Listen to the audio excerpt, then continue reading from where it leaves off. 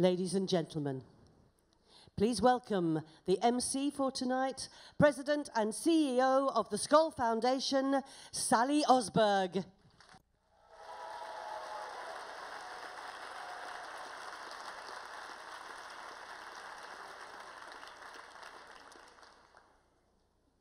Hello, everyone, and welcome to the 2017 Skoll Awards for Social Entrepreneurship.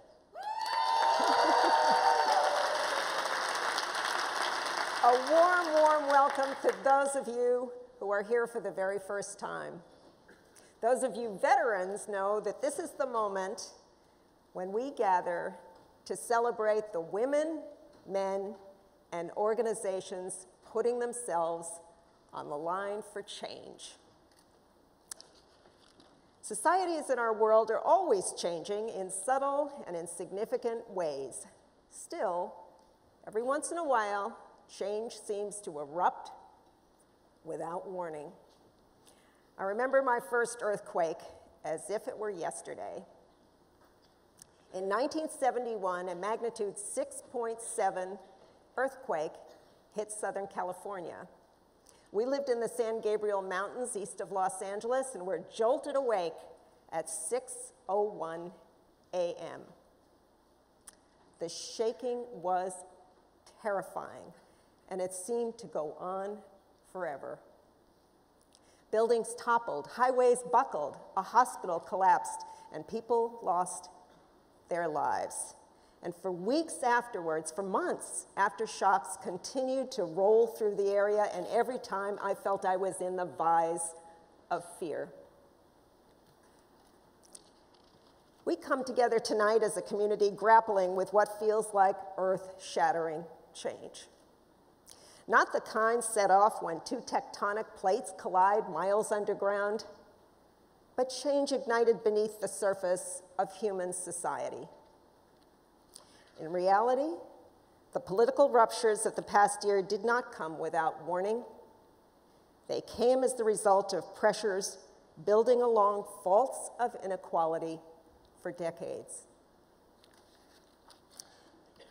We don't need to get very far into Thomas Piketty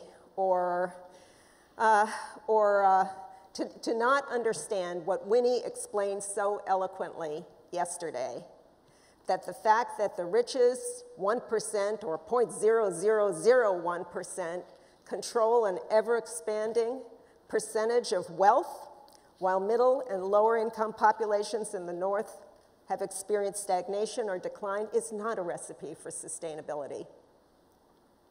And while millions have lifted themselves out of poverty, yes, the World Bank has been doing its job. There are still too many millions born into poor communities in poor countries who never even get to feel things are getting worse. Instead, they are left to battle the structural violence of poverty, starvation, and disease. If there were a Richter scale to measure the buildup of societal pressure, the needle would long ago have hit the danger zone. Both Brexit and the US election would have come as no surprise. And just now, when Britain and the US, two great democracies, two beacons of the free world, should stand for inclusion and sustainability, their people are being ripped apart. Fault lines lie beneath every continent on Earth, and fault lines fracture human society. In fact, our very origin as a species, going back hundreds of millennia, tracks with what's been called one of the geological wonders of the world. Another rift for you, Stefan, the East African Rift. Friction between two enormous African plates created the monumental Great Rift Valley, where the earliest fossil evidence of human species has been discovered. From East Africa, this rift stretches to the Red Sea and then all the way on to the Middle East. The mountains, river valleys, and seas carved by these plates was first our birthplace and then the cradle of our earliest civilizations. This massive fault, our heartline, tells our story, the story of who we are as a sentient species, the story of our evolution as Homo sapiens. It's a story of how we've come together to form tribes, clans, communities, creating cultures and norms, only to subjugate the weak and demonize the other. It's a story of how we've been ingenious and curious, fueling the waves of innovation that have advanced human progress from the agricultural revolution to the industrial revolution to the era of high technology. Too often, though, that progress has come at the expense of all who've been exploited. It's a story of how we've held truth to be self-evident and marked rights as inalienable, only to discriminate against women, against the landless, against anyone who isn't educated and white. Everything humans have created that counts toward progress has been built on ground scored by fault lines, on imperfect and shifting foundations. Over the ages, human society's tectonic plates have groaned and buckled. We've experienced times of wrenching change as we are experiencing now, and yet these ruptures, like earthquakes, force us awake. At such times, good people rise to renounce human misery, to reject inequality. But times of such political and social upheaval demand more than heightened rhetoric. They demand new solutions. They call for solidarity and perseverance. They fuel ingenuity and social entrepreneurship. As we call forward our 2017 SCOLE awardees, we celebrate their leadership and their organizations. We celebrate their supporters and their champions. And most of all, we celebrate the people they empower, whose power they unleash. Now it's my great pleasure to ask SCOLE Foundation Chairman and Founder Jeff SCOLE to join me to present the 2017 Awards for Social Entrepreneurship. Jeff?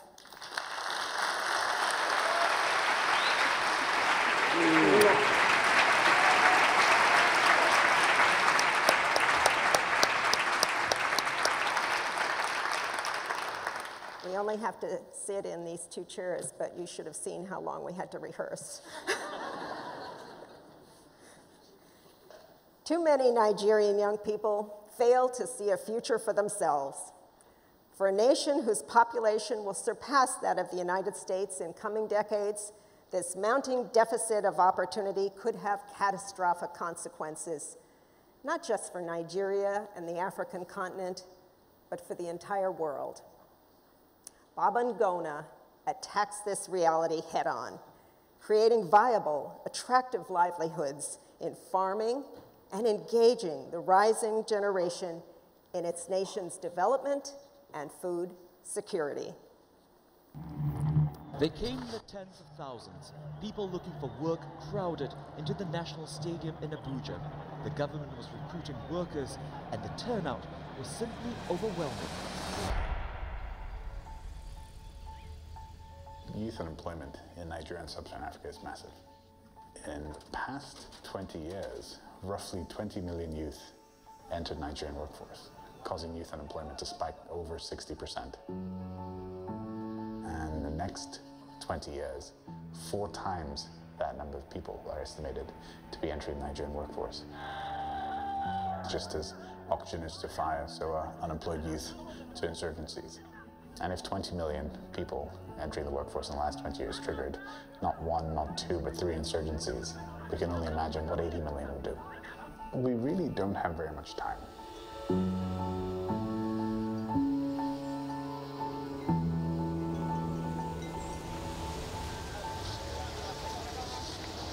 At the core of what we're trying to do is use the power of business and market forces to help solve this problem. And we believe agriculture is not just Nigeria, but the entire region's job creation engine. But the underlying structural reason why smallholder farmers are poor is low economies of scale. Despite their hard work, they're getting yields that are typically about 20% of the yields of other farmers in other developing countries. So if you're able to make small-scale farming more profitable, you'll create market forces that will draw millions of young people into the sector as entrepreneurs.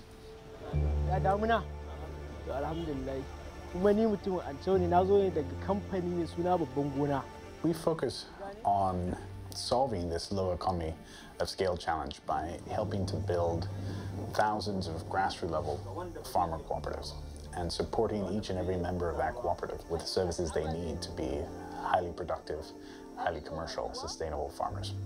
And so the services that we offer basically fall into 4 buckets.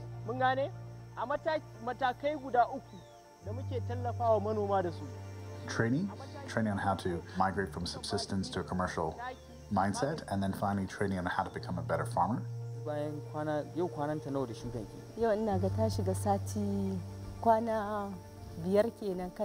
And then the second service is credit, where we go out and we assess the size, the nutrient requirements on the farm, and so we can tailor a nutrient package on credit specifically to that farmer's needs to optimize their return on investment. And then the third is a holistic set of inputs, from land preparation to the highest quality seed, an individual that visits their farm every 2 to 4 weeks to give them advice and guidance, all the way down to harvest, where we literally provide them the needle, the thread, and the bag they package up their products with. And then finally, we provide them marketing services, where a farmer deposits their grains, we collateralize that, get them a loan against the value of that, and then as their agent, we market that product to leading buyers across the country and enable our members to dramatically increase their price that they can get for those products.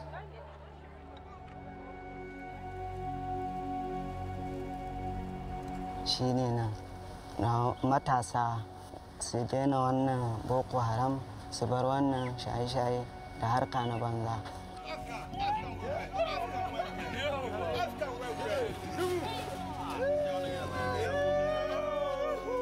So sai zuwa wannan babban gona da ta zo domin ta tallafa ma manoma marasa abin yi don ta taimaka musu su ci gaba su rufa ma kansu asiri.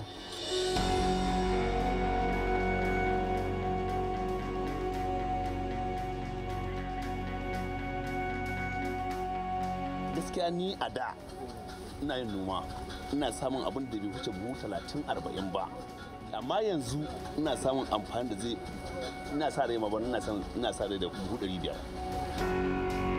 Next year, we expect to hit close to about 20,000 members and rapidly scale. By 2019-2020, we should be well over 100,000 members. We want to replicate this 30 million times across West Africa, draining insurgencies of that oxygen they require to survive.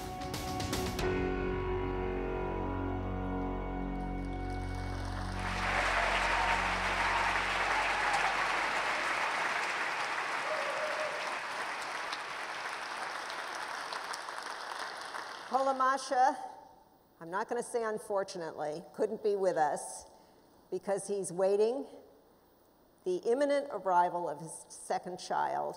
Representing him will be Apollo Goma, Babangona's Chief Operating Officer.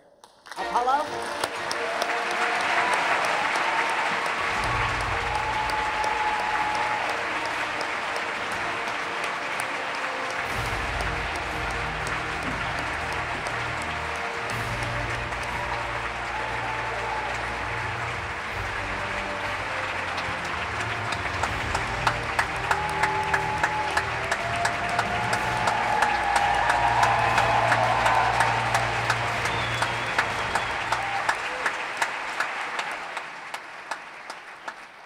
On behalf of Kolamasha and the Babangona team, we say thank you.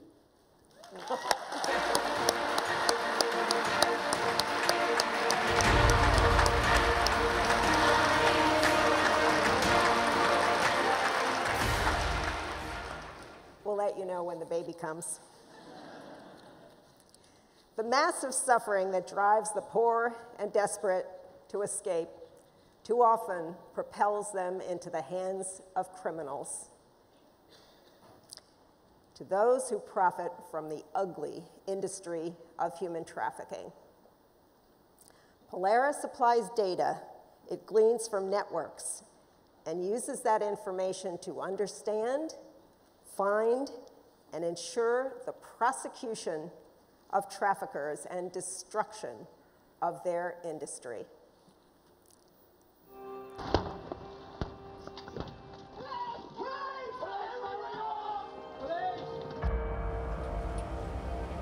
Slavery is now illegal everywhere in the world. It's universally condemned, yet it's still happening. The way that it's happening is because it's falling in between the cracks. Traffickers are misrepresenting themselves and lying and operating through front businesses and shell companies. It's figured out a way to exist in the shadows and exists in those places where no one's looking or no one's shining a spotlight to reveal that it's happening there. That's one of the things that we need to be doing.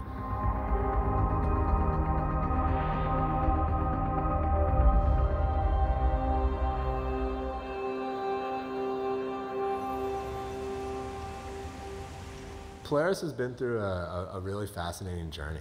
Our early efforts back in 2002, there's a lot of movement building and awareness raising. What we'd like to talk about is a paradigm shift in the fight against trafficking. No one really has their eyes on what's happening to this one domestic worker who's isolated at home and being abused by this wealthy couple. Guys who've been pressed into slavery on fishing boats, maybe off the coast of Southeast Asia, for years. And so Polaris began thinking about what is the biggest, largest, most ambitious thing with the most possible surface area to get all those human experiences channeling into one place.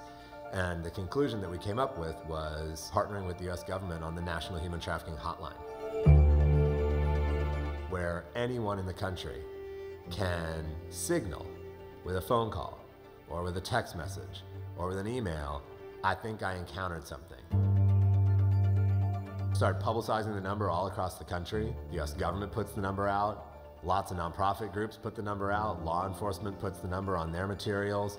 Lots of states publicize the number in truck stops and rest stops and airports. It's on billboards, it's on radio shows, it's on hotel bars of soap. National Human Trafficking Resource Center. We're beginning to amass all of those calls. Why don't you tell me what's from going survivors, from community members, from truckers, from hotel workers, from hospital workers, from all these different folks, and they're funneling through Polaris. Are you safe right now? How long do you think you have to talk? And in order to do that well, we actually have to be able to connect people with resources in their community who could actually deliver a response locally on the ground. So part of building the hotline was building this massive referral network of thousands of nonprofits and thousands of law enforcement to say, we could actually be a conduit to put you in touch with that shelter in Miami or that rape crisis center in Kentucky. I'm gonna look up some referrals for you now. Polaris has been able to get down to the nitty-gritty of what different types of trafficking exist. What do they look like? How do they operate? What is the business model? Who are the traffickers? Who are the victims? How are they being recruited? So much data and intelligence is flowing through this hotline, and then we began to realize that can inform a typology. So for the first time, we're able to say these are the major 25 types of trafficking, and that can ultimately inform these end state fights and campaigns and interventions to go after trafficking type by type, country by country around the world. We have been trained by Polaris in data analysis and how to process every single aspect of the call that we have received in order to identify clearly how we can fight this type of crime. Is anyone monitoring your calls? What would happen if you left? On a daily basis, we're helping people that need to have their labor rights and protections restored. We're helping people that are being exploited by a broken immigration system. We're helping people who have been on a continuum of exploitation and violence through their lifespan.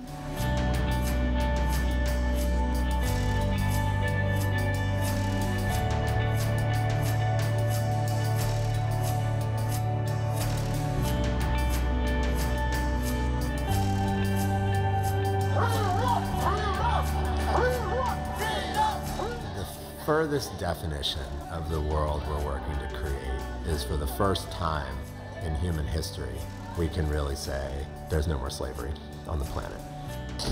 And that's our fullest manifestation of our mission.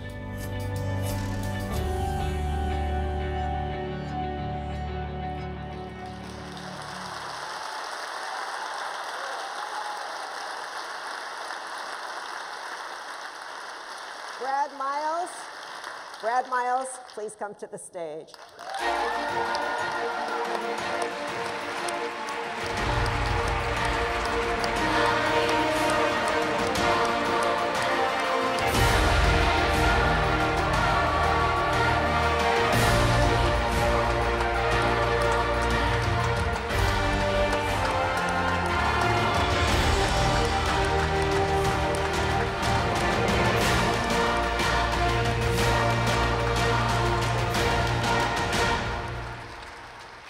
You all.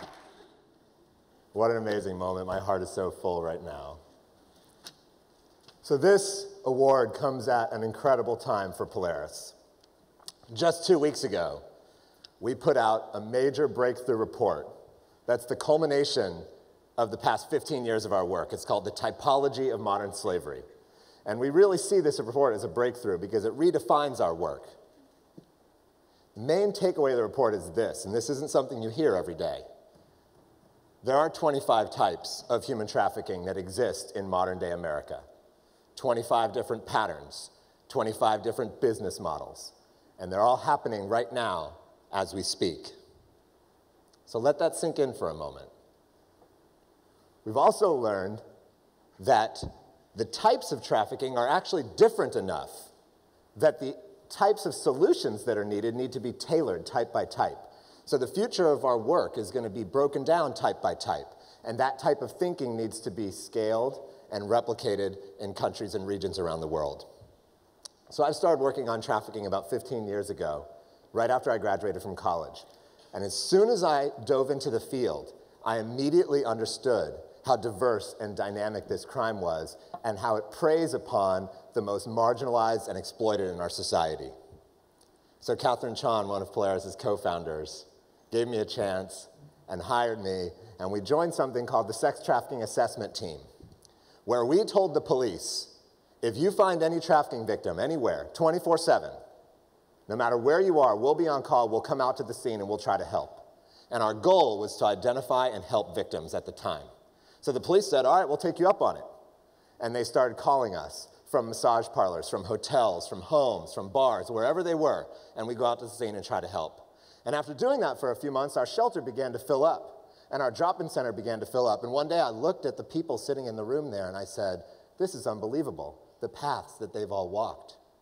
2 women from the Midwest who'd been lured by a pimp, brought to the DC area. Then 2 other women from East Asia, brought by a transnational organized crime ring to the DC area and held in massage parlors. Meanwhile, 1 other Mexican woman who'd been recruited by a gang and forced into the sex trade, and then a 4th woman from a Latin American country who was forced to work as a nanny for a diplomat. And the 6 of them were all sitting there side by side and interacting with each other. 4 different trafficking types represented in one room.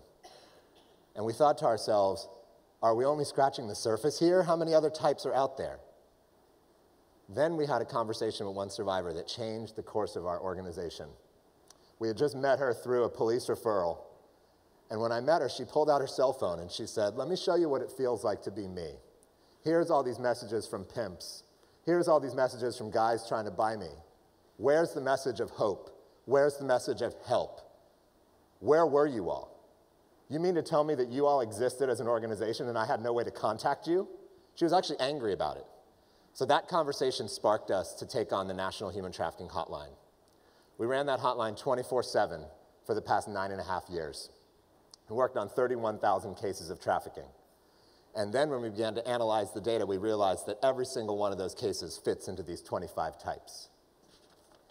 So we see that as a breakthrough for us. But I actually see it as just the beginning. We're at ground zero now, because now that we know the types, we know how to fight them. So the next phase of anti-trafficking work, I predict, is going to move from responding to the crime and building these national response systems to actually moving to eradicate the crime through strategic advocacy campaigns, mobilizing some of the best partners that we could find. And many of those partners are right here in the Skull Network. So what is the nature of human trafficking that I've learned about over the past 15 years? Human trafficking is cruel. Human trafficking is one of the worst human rights abuses on the planet today. But human trafficking is also a business. And if you meet with the traffickers, you realize that they're in it for the money, or they're in it to save money. And they think of it like that market, and they respond to market conditions, which means that we could flip the equation that they currently perceive, which is high profit at low risk. We could all play a role in flipping that equation to make it low profit at high risk. And don't ever make the mistake of thinking that fighting trafficking should be left up to the experts, the groups that work on it full time, or the law enforcement that works on it full time. In actuality, the more we learn that we work on the issue, we know that we need all of you, and that the fight against trafficking actually involves all of us. So that's why Catherine and others named the organization Polaris, because Polaris is the North Star. And the North Star is not only a symbol of freedom, but it was also the major symbol in the Underground Railroad. And the Underground Railroad was a grassroots community-based movement that didn't have qualifications to join the movement. The only qualification was you had to care about the issue and you had to respond to the call. So everyone does have a role to play in fighting trafficking. So for all of us, with this award here today, I invite you to be part of this movement. And with our collective decisions, our actions, and our vigilance, we could begin to shift the market conditions. We could take the fight to the traffickers, and we could restore freedom to the millions of survivors that are held in situations of trafficking right now as we speak. The solutions exist. That's what 15 years of work has found. Now we need to deliver on those solutions, and we need to take that to scale. Thank you so much for this honor, and thank you for having me.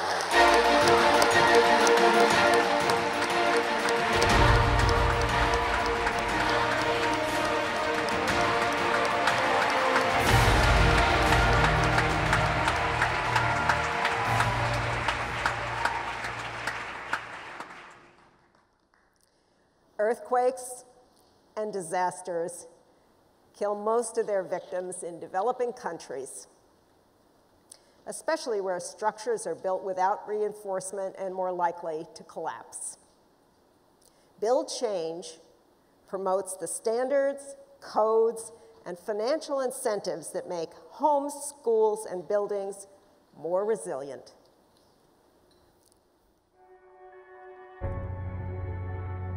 I was shocked by so many people being killed in earthquakes in emerging nations. It was the 2001 earthquake in Gujarat in Kutch, India, that really got my attention. In this event, about 20,000 people were killed, and most people were killed because their stone masonry house collapsed on them. It's not the earthquake that kills people, it's a poorly built building. And this is a man-made problem, so there must be a man-made or a woman-made solution.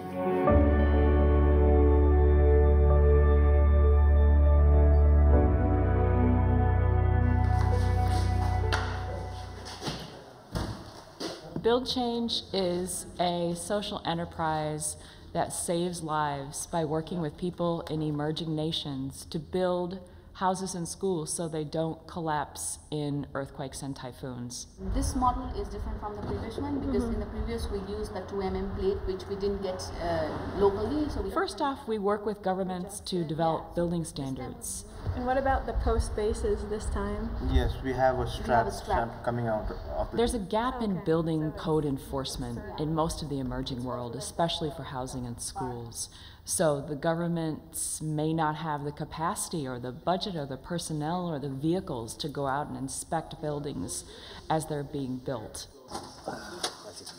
We're working to fill that gap, doing things like simplifying the building code enforcement so it doesn't take as long for a building inspector to inspect a building, using information technology tools, using apps so that the process is more streamlined. We also provide access to financing. So it's important, especially after a disaster, that a homeowner has access to a grant or a loan to rebuild safely. And usually that's conditional and used as an incentive for people to build safely. Introducing the 3 C's of construction. पहिलो C भनेको चाहिँ configuration भइ नै हाल्यो, त्यसपछि connection र त्यसपछि चाहिँ तपाईको construction quality.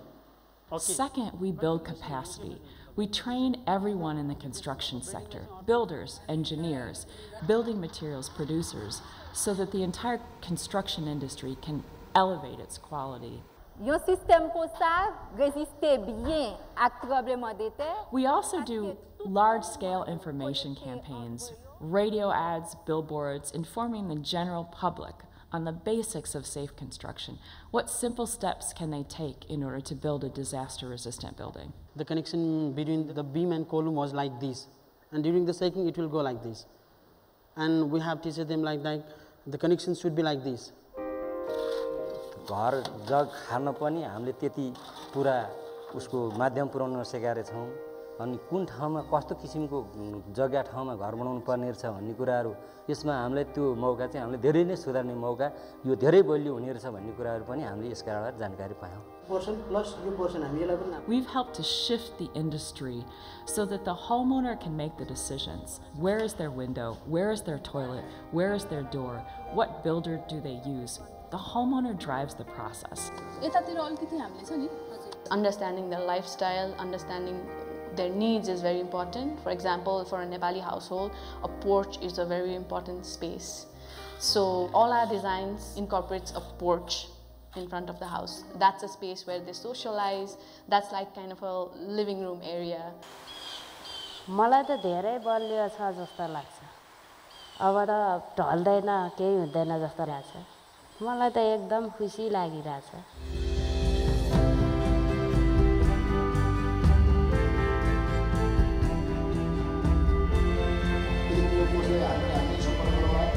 We have trained over 25,000 people globally in the basics of safe construction, and we have created nearly 11,000 jobs.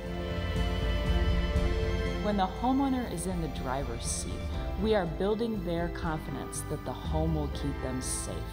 And that's the most important thing after a disaster. That's what enables them to sleep at night and to get back to a normal life.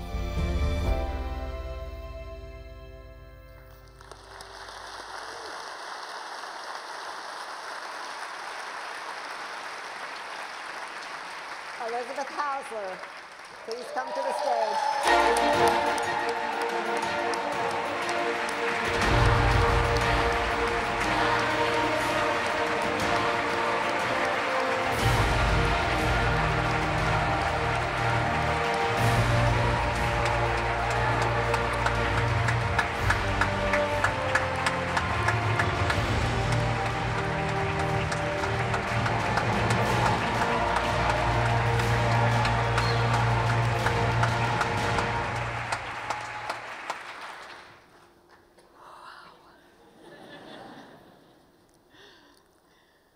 I grew up in a small town outside of Chicago. Neither of my parents went to college. My dad worked for 50 years building houses. He was a brick mason. So I spent my summers working for my dad as a bricklayer. I never dreamed I would end up here. It's amazing.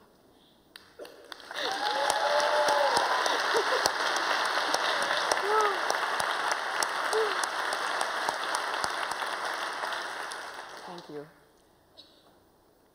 Build Change has helped to revolutionize the way the relief industry rebuilds houses after disaster.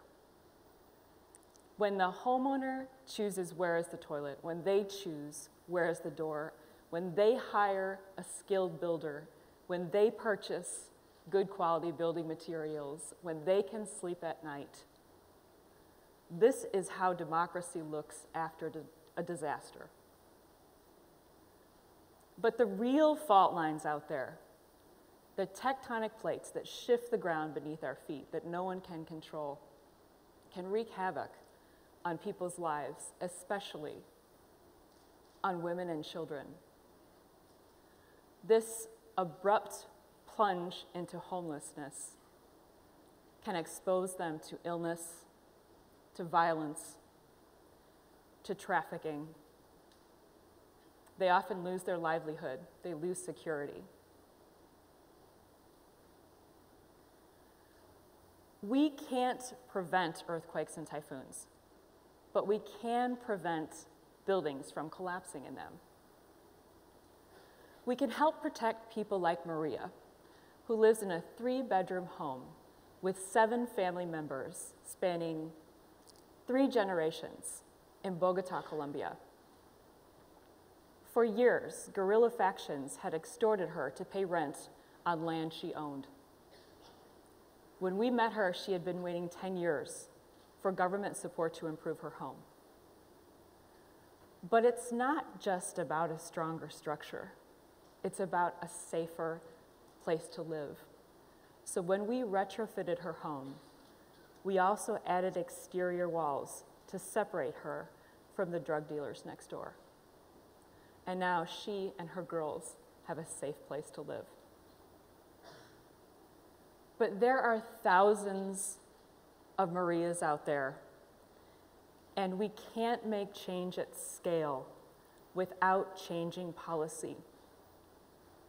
We need the funders, the governments, the aid agencies, the homeowners to recognize that it's worth investing $3,000 to retrofit a house that would cost $20,000 to replace.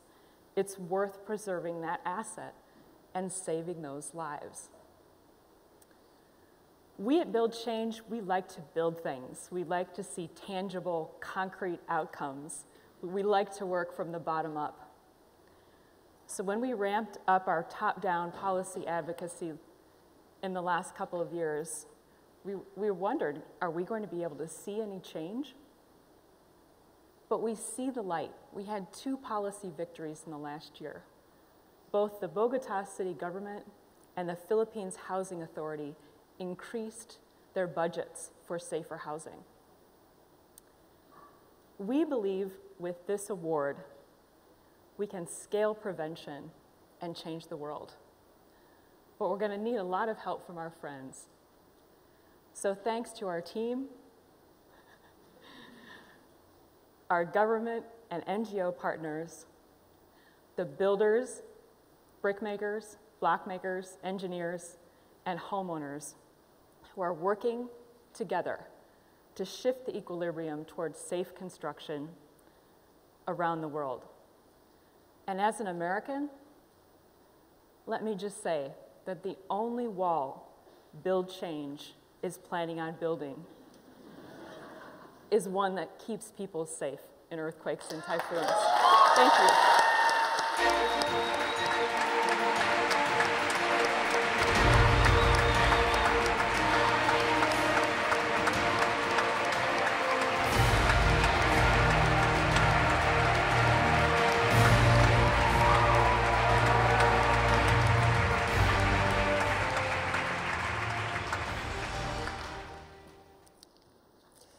In Liberia, a front line of the Ebola outbreak, people's chances of getting life-saving or preventive health care decrease based on the distance they live from a care facility.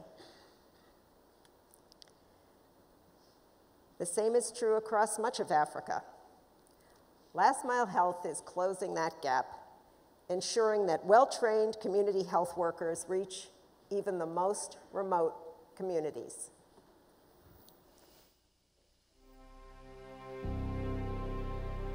Liberia suffered 15 years of war. We have one of the worst doctor shortages in the world. 51 doctors after the conflict to serve 4 million people. Geographically, it's a challenge. Liberia is over 2.5 million acres of rainforest. If you're a 2-year-old and you come down with a fever, your mom would have to put you on her back, get to the riverbed, get in a canoe, paddle across to the other side, and walk sometimes for up to 2 days just to get a diagnosis at a clinic.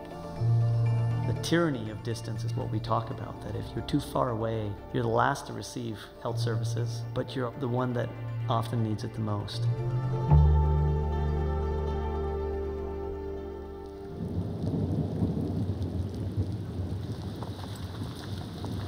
Our vision at Last Mile Health is to deploy a health worker for everyone, everywhere, every day. And we work with governments to take those networks of community health professionals and scale that nationally.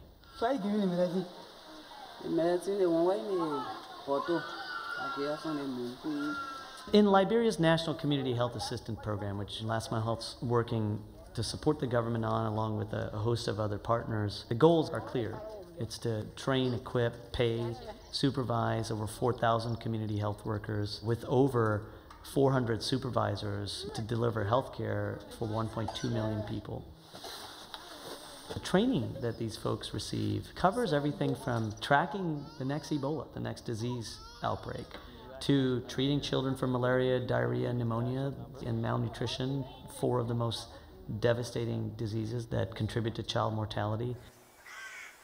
That worker then is equipped with a backpack full of the medicines and the gloves and the treatments and the diagnostic equipments, even the smartphone that they need to record the data and assess whether they have the right amount of stock. When Last Mile Health started, the first village they worked in, the villagers said they walked 22 hours to the nearest clinic. And during the heavy rains, the roads are impossible. To get to Gbao, you have to cross creeks, walking through the various small paths. You have a lot of water, sometimes you have cassava snakes, sometimes you are sliding, you are falling. It's not very easy. The community health assistant is the front line worker. They are there to arrest the kids right away. Sorry, Mama. I forgive baby. You're not that easy. But with us being in the community, all of my babies now, since last year, every one of them are taking their vaccines and they are on track. So the only time you won't give it is in the evening time. 3 years of implementing in that district alongside the Ministry of Health, we've seen the rate of treatment for malaria, pneumonia, and diarrhea go up to 75 to 85%. We've seen the mothers, only half of whom were delivering babies in clinics, and now 95% of them are delivering babies in clinics. Sometimes when I call my family home, they say, "What are you doing in that bush? Why you not want to come?" Because I love taking care of children. I love my community, and my community loves me.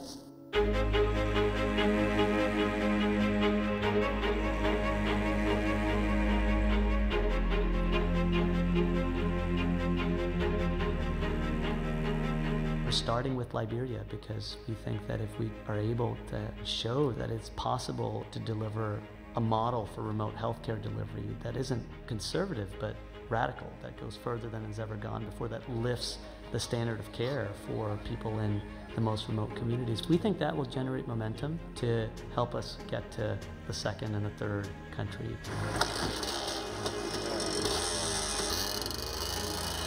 It's been true for all of human history. That illness is universal and access to care is not. That doesn't have to be true in this century, and we have a chance to change that.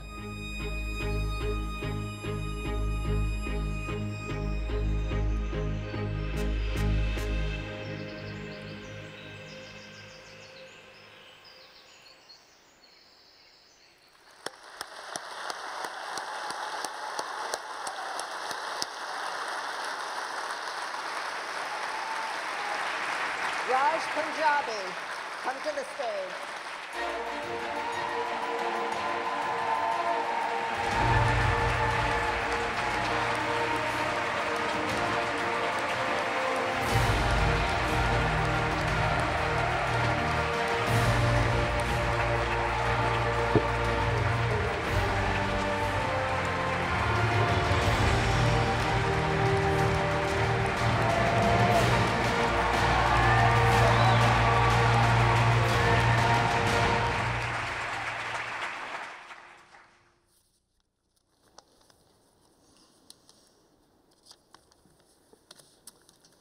You know, I know a lot of us are worried about the state of the world. And in this moment of crisis, I find myself going back to what my parents taught me. And I want to share that with you today. My parents immigrated from India to Liberia, and when they went there, they were seeking opportunity. My dad was an accountant, my mom was a math teacher. I had a chance to go to a great school. And when I was in the 4th grade, 9 years old, I had the kind of life that, you know, you'd really imagine any 9-year-old would want. And then things changed. Civil war erupted in the countryside. Within months, the rebels had marched to our hometown. One night, they captured the only international airport, and all commercial flights stopped. People were terrified. They panicked. My mom came knocking one morning and said, "Raj, pack your things, we have to go." My dad drove us to town, and there on an airfield on a tarmac, we were separated into 2 lines. In one line, I stood with my mother and sister. We were stuffed into the cargo hatch of a rescue plane. As I sat there on those benches and looked out across the hatch, I saw hundreds of others, hundreds of Liberians, mothers, children strapped to their backs. When they tried to jump in the hatch with us, I watched soldiers restrain them. They were not allowed to flee. We were resettled in America, and we had to rebuild our lives. You know, when I asked my parents how they got our family through that difficult time after the war, how they overcame losing our home, how they overcame sinking into debt, how they managed to keep alive the dreams of their children, they told me something that they've repeated again and again to me every time times are hard. No condition is permanent. Our team at Last Mile Health is so proud and honored to be part of a community that believes this, that believes no condition is permanent, that is not afraid to call out the unjust conditions of our world. In Liberia, we have seen patients die from unjust conditions. We have seen them die from conditions that no one should die from in the 21st century. We have seen epidemics like Ebola ravage their communities, and we have heard again and again that they will be left behind because they were thought too hard to reach and too difficult to serve. And for the past decade, we have tried, along with many of you, to call out this unjust condition. No one should die because they live too far from a doctor or clinic. We are a community that knows unjust conditions don't change on their own. We've got to make that change. And making change, especially in moments of crisis, requires us to be 2 things: reformers and radicals. And in Liberia, we've seen the power of radical reformers to make change. Thousands of community members like Serena have signed up to become health workers to serve their own people in communities where there had been no health care for centuries. Hundreds of nurses like Diana and Emmanuel have risked their lives to teach these community health workers and serve in places that others would not dare go. And when outbreaks of Ebola were spreading like wildfire in my country and the ones near it, when we were told there could have been as many as 1.4 million people infected, when we were told that most of them would die if nothing more was done, when we had nearly lost all hope, community health workers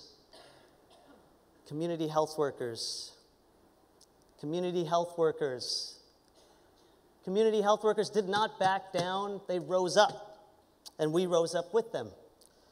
Together with you, we teamed up to support local health workers to fight back. The Ebola crisis is over, but we have to have the humility to recognize there's so much more to be done. It should never have happened in the first place. We're working with you now and the Liberian government, not just to prevent the next Ebola crisis, but to put an end to the everyday crisis of premature death by bringing a health worker within reach of everyone, everywhere. You know, when I look back on those two lines on the tarmac, those two fault lines, as I reflect on what my parents' grit taught me, as I reflect on community health workers who rose up to fight Ebola, and those like you who are rewriting stories of fear and despair into stories of hope and love, as I reflect on those moments of crisis, and I reflect on this moment of crisis, one thing seems to be true about us as human beings. We are not defined by the crises that strike our lives. We are defined by how we respond to them. Thank you.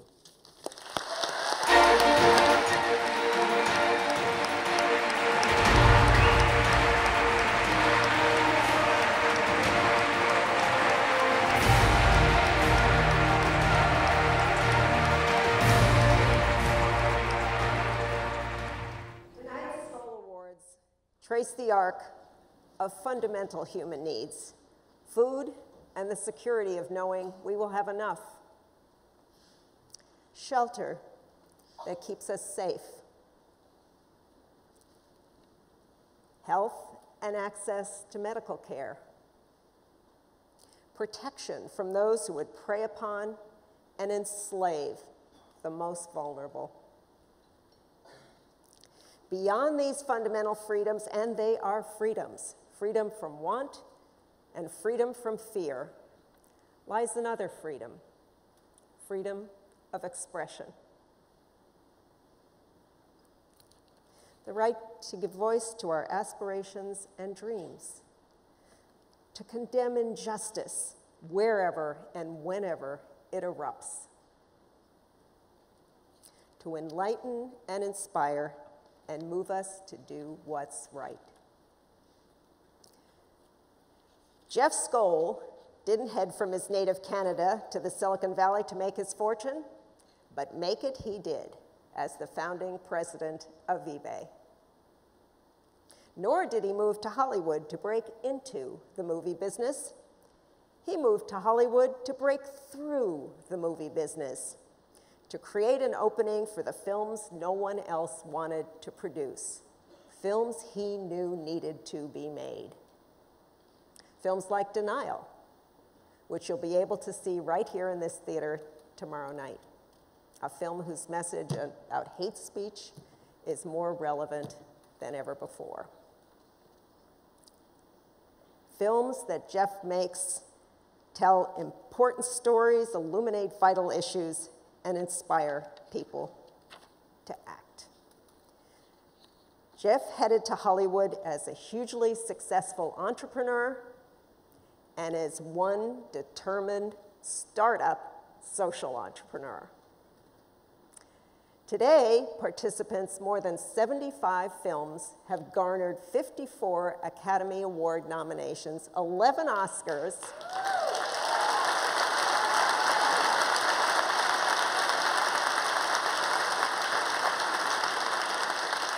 and last year, Best Picture for Spotlight.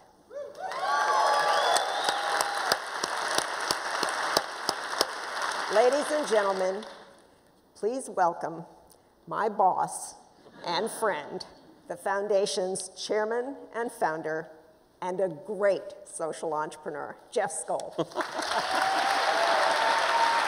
Have fun out there. Well, first and foremost, I'd like to just recognize again our school awardees today, who are so inspiring.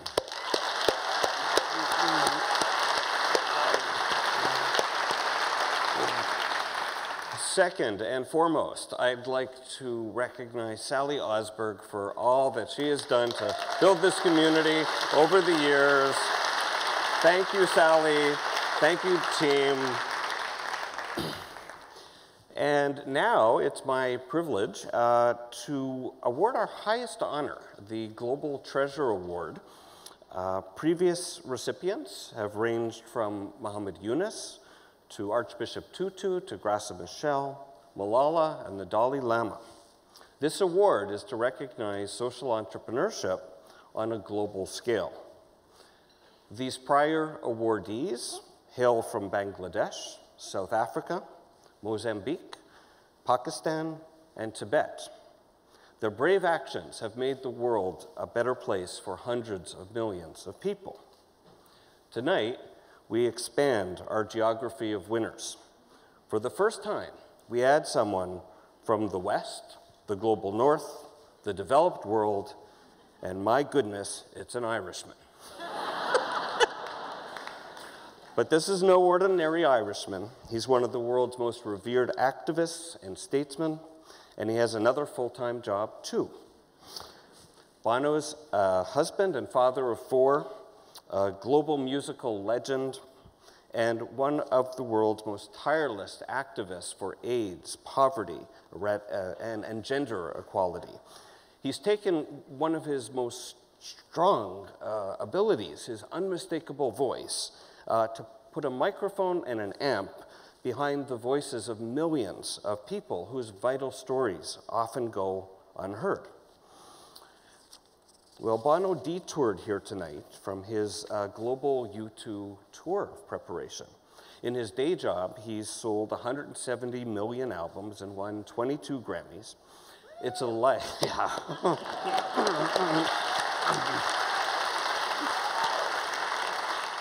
It's a life of big stages.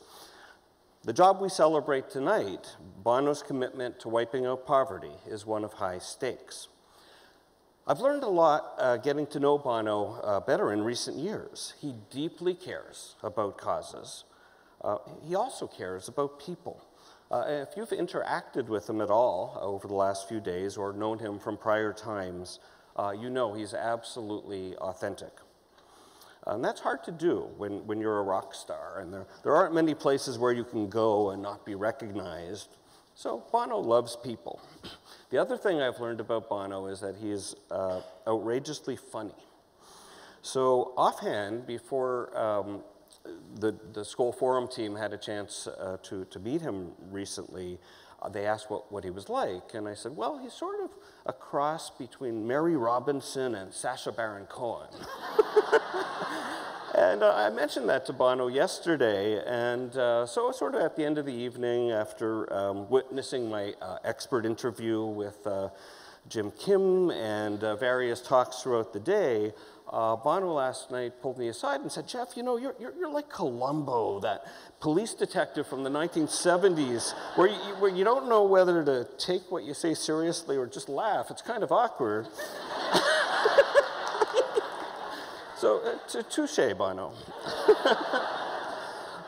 Suffice to say that Bono is a man of conviction and creativity, humor and humanity, daring and decency.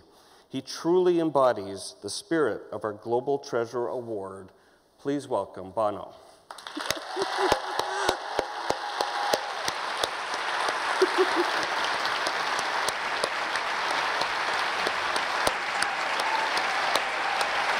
Hello, brother. Detectiveness. You are in detectiveness. Want to go say a few words? Okay, your detectiveness. There is a kind of Columbo thing there. I don't even know if anyone remembers what it's like from the 70s, but he just, the whole thing there is he kind of, Columbo was like, he pretended that his genius was just an accident, you know? And how he came up with these things. I've been watching you. I'm on you. And truth is, this man has a will of steel. And he has willed these companies into existence. He's willed the Skoll Forum into existence. And he's willed some of us to be here, and we are so thrilled to be here, sir. Detectiveness. Your detectiveness.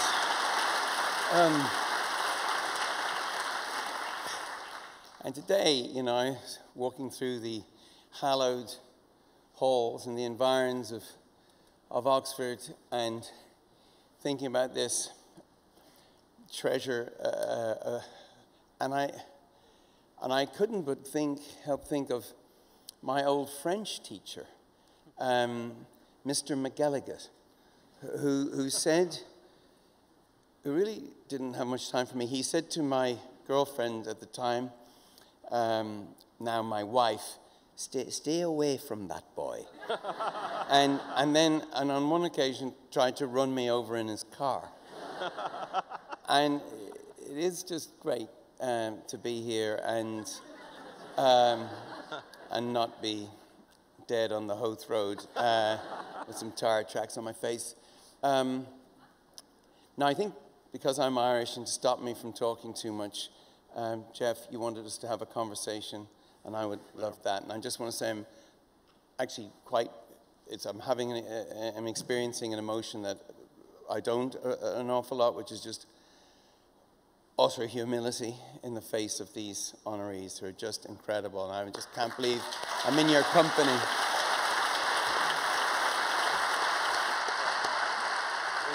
So do I sit here? Beautiful.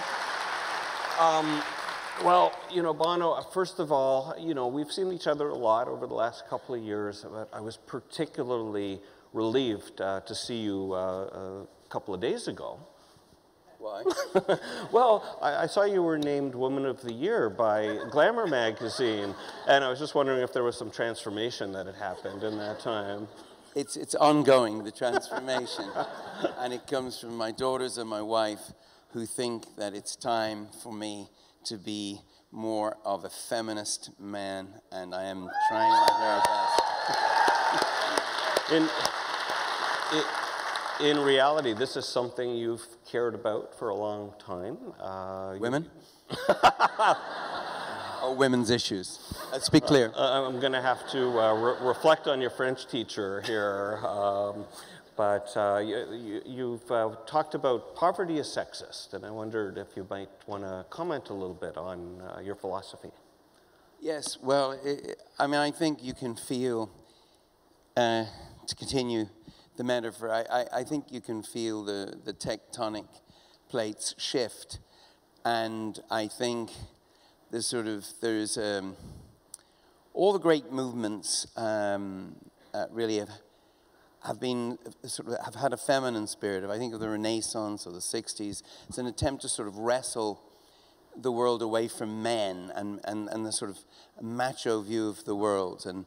And I even think, you know, here in the UK, I think about, you know, how after the Second World War, and, you know, how just literally born into the war were these incredible spirits of musicians that I so adore, like the Beatles, who became the sort of antidote to that sort of old macho. And I think of All You Need Is Love, and I think of the sort of the chorus of the 60s. And I think it's been a long time now since the Second World War, and we haven't seen a world war in 70 years. And it feels like the world is developing some amnesia about it.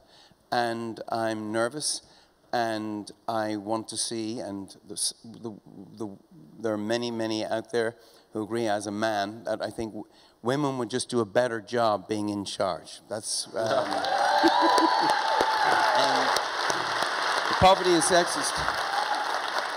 Poverty is sexist. It's sort of obvious to state, but obviously women take the brunt of poverty more than anything. But at Poverty is Sexist, we have a campaign called Girls Count. And taking, say, education, for example, there's 130 million girls who might go to school who don't. And we have a campaign where we want 130 million people to sign up to stand beside one of these women and to take a number. I've taken the number 22, which I think is a very attractive number. And but it's just a really vivid campaign, and I think you're going to see over the next few years a real surge in the leadership of women. You mentioned Malala, and she's an extraordinary example. Indeed. Mary Robinson being another, many of... Thank you for that analogy, by the way. Sacha Baron Cohen and Mary Robinson. If I can do that, I can do anything. Many of the leaders, social entrepreneurs in this room are working with girls and female empowerment, girls' education. But for you, your path to becoming a world statesman, a passionate advocate for the poor, did it start? I've heard it started on a trip with your wife to Ethiopia in the mid-'80s. Is that right, or was it? It probably goes back further with my Irishness. But yes, it started to take shape with the famine in Ethiopia in the mid-'80s. I worked there with my young wife for a month and a bit, just trying to get useful and trying to understand these issues. Worked in an orphanage. I was known as the girl with a beard. And I learned a lot, but I started to understand then that the structural aspect of poverty. And you know, when we did Live Aid and We Are the World and all, we raised, I think it was like $250 million, and we were punching the air, and we thought, that's incredible. Then we realized, it was explained to me, that actually the continent of Africa spends $250 million a week paying back old loans taken out during the Cold War to the richest countries. And the person that explained that to me is here, actually. Two of the people who've had the most profound influence on my life, and two co-founders of one, are here. And one of them lives here in Oxford, Lucy Matthew. And I don't know where she is, but I would like to give her my heartfelt thanks. And Jamie Drummond is the most remarkable brain, but he is insufferable for one other reason. He thinks he's Irish. And Jamie Drummond spends his summers in Ireland also being infected by that bug that just doesn't like injustice. You know, you have this other career. Some of you may have heard Bono does some music. I have a day job. And I've always wondered, so, you know, the global treasures we've recognized in the past that have had global impact, Archbishop Tutu, the Dalai Lama, Muhammad Yunus, that's what they've done. Their lives have been that. And yet you've had this incredible impact in this world. You've had an incredible impact in the world of music, and I wonder if one infuses the other. How do you keep them separate? Does your music inspire your activism? Does your activism inspire the music? Yeah, well, before we got really organized, now one has nearly 8 million members actually, and I think over 3 million of them south of the equator. Before we got to this place, you know, I was working for Nelson Mandela with U2 at the age of 18. We did our first anti-apartheid show, and a lot of the ANC who fled South Africa ended up in Dublin. And so it's been in us for a while, and with our band, we had this thing, and you know, our family prayer is to be useful, you know, and as a band, we're very, very annoying, sort of pain in the arse idealists. And we wondered when we were 20, 21, you know, we were wondering, is this really a useful thing to do with your life, with what's going on in the world? And so for us, the permission to be in a band came with this idea that we could perhaps use this band and that the world we sensed was more malleable than we were told it was, and that it could be kicked or kissed or caressed or, you know, into shape, into better shape. And so the band are really committed to all this stuff. They just find me and the situations that I find myself in to be a little insufferable. and that's the only problem. It's the company I keep. It's very unhip a lot of the time, and they are excruciated at the company I keep. Not you. They love Jeff Skull. Edge, where are you? And they really love Jeff Skull, except they're laughing at the idea of you calling, or your organization referring to me as a treasure. That will go down horribly when I return to rehearsals tomorrow. They will read about it. I haven't told them. If I tell them that I'm coming here, they wouldn't let me. So, so they will read about this. Yeah, it is live streamed, I believe. Yes. Hello, guys. Yeah. Sorry, Larry. Yeah. Bono on sick leave right now. You mentioned one, and it's 8 million members, and I know that that's just the tip of the iceberg. And I wondered for this audience if you wanted to talk a little bit more about what one does and why it's had such a big impact. Well, Americans will understand this analogy, but in one, we call ourselves the NRA for the world's poor. That's the National Rifle Association. You often wonder why in America so many people got guns, and it's like, is it not horribly obvious this is really bad? And I mean, we all do.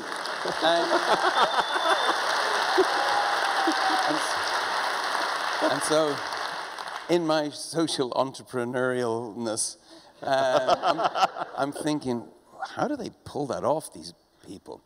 And it turns out the NRA, the National Rifle Association, are really good. And they have a sort of, they have a twin track approach of inside maneuvering and outside mobilization. And they spend a ridiculous amount of money every year promoting their cause. And if you stand up against their cause, they'll spend a ridiculous amount of money against you. And so I'm fucked from now. But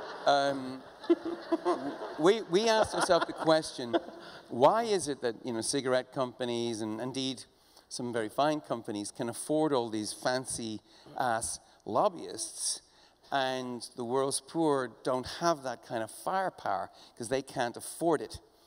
So we tried to make one that. And so if a lawmaker in, say, the United States or in Germany or in France steps out against us, we will follow them to their town hall meetings, to their surgeries, their offices, and we will, in fact, we will wait for them outside their church, and that really hurts some people, and it's, we were funded originally by Bill and Melinda Gates, but now we have Mike Bloomberg, we've incredible people, John Doerr, the technologist that you know, Northern California, and the Buffett family. We have the ability to sort of really dignify this. And now, as I was saying earlier, we're going south. And I had a very humbling meeting with a Senegalese man who I asked him, could you give me some advice? And he said, yes, Bono. It's a Senegalese proverb. If you wish to cut a man's hair, it is better if he's in the room. And,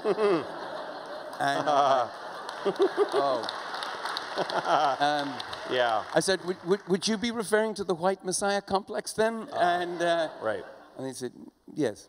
And I think it's, so we realized that it's very important to serve, is to understand and to be bottom up rather than top down. And our organization, One, is becoming that kind of an organization. We took on the oil companies and the mining companies with a transparency legislation which made it illegal not to publish how much you paid for mining rights. Right. Sounds obvious, correct? Yeah.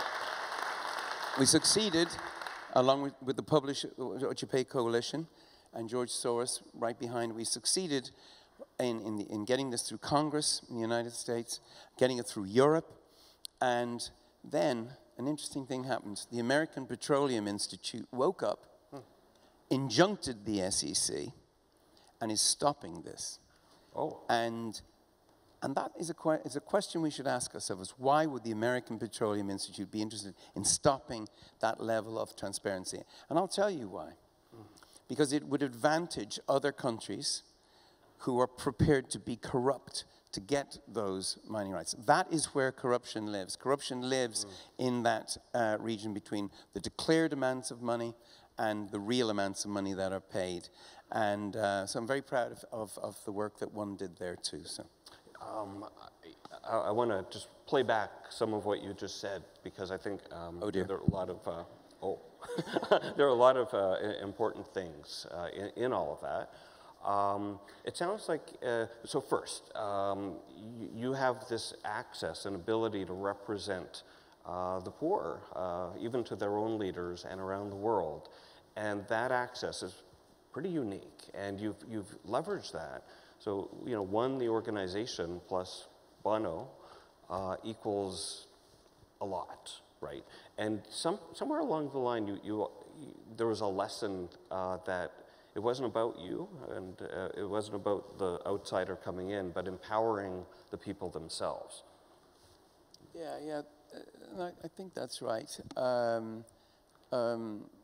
think we've all made the mistakes of galloping out ahead of ourselves, and I'm very pleased that to say that one day I'm sure that our membership will be much larger in the South, and that my voice will be drowned out, and a lot of people will be very happy about that.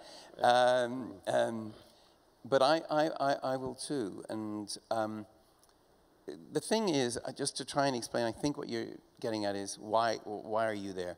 Well, I am above all else a top-line melody person. I'm a singer. And what the singer, if you're a songwriter, you're looking, as Don will understand, you're looking for Don Henley here, one of the truly great songwriters of all time.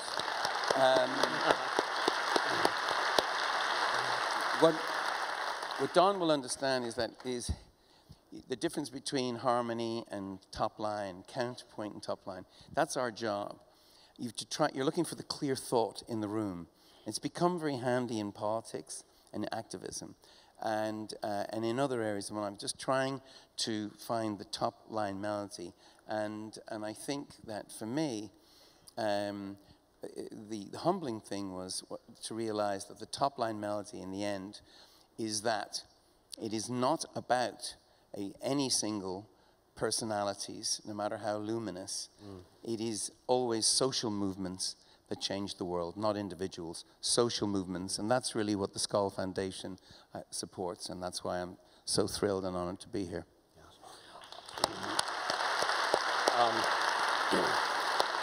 As well as social entrepreneurs. Social entrepreneurs. As well. And, you know, I didn't finish summarizing what you had said, because there was an important line in there. And I'll just mention that a lot of us, you know, we're doing our best to change the world, and often that means taking on powerful interests.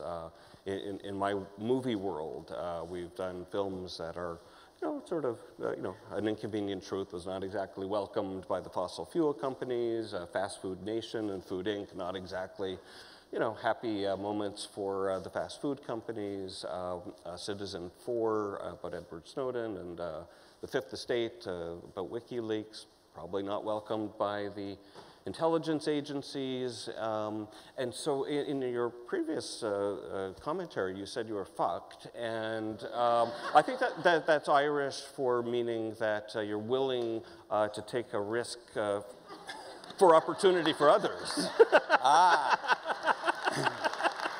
And I hadn't thought of that, but while I'm listening to you talk, I don't know if Stephanie ever says to you, my wife thinks I have a multi-personality disorder. Stephanie just thinks that you're sort of polymathic. But I'm just saying, you've got a lot in your head. I mean, it's sort of amazing that you can have, and I say you pretend that you just stumble into these areas. Oh my God, how did this happen? And, The Inconvenient Truth. Oh my God, there's another one. Oh dear, eBay. Oh dear. You know, Stephanie, PayPal did good too, didn't it? Yeah. And meaning, I have to say, Sally and this team that you have, I think I'm figuring out how you do it by having the smartest people in the world around you, and I think that is that is the only way a charlatan like myself can get away with this, is because I really do hang out with some very clever people. I'd like to shift gears for a sec. I know we're going to run low on time, and you know, one of the things that I've learned is surrounding yourselves with great people is important, and I think wisdom is not having the answers, but asking the right questions. Columbo. Got him. So Bono, check it out on YouTube. I really did. I got him. So what should I ask you? Very detective, Columbo. How's your next album doing? Well, right. I can tell you it's nearly completed. How about that? How about that? Yeah. Yeah. And again, I go back to the permission that I have to do the work I do is given to me by these three men that I've known as long as I've... Actually, I asked Ali out on our first date the week I joined U2. And so my wife and my partner in my life, and it's quite humbling to realize that I am, as an artist, only 1/4 of a person, and as a person, 1/2. And I have been made truly by the people around me. And the excitement of U2 has given us permission to do the activism we do. The journey, the wildest journey, the thing that's the most surprising for me is not the activism, because that was built into U2, as I was saying earlier, but the journey into commerce is the head-scratching one for me. Right. Because it's for me to understand the role of entrepreneurs and social entrepreneurs. And Hamdi, what he's done with Chobani, it's ridiculous. It's an incredible thing. I don't know if Hamdi's still here. I think he had to take off. But he had to take off. Get back to the mountain. Make another billion. For refugees. Yes, yes. That is why we love him. But that actually wasn't a joke. But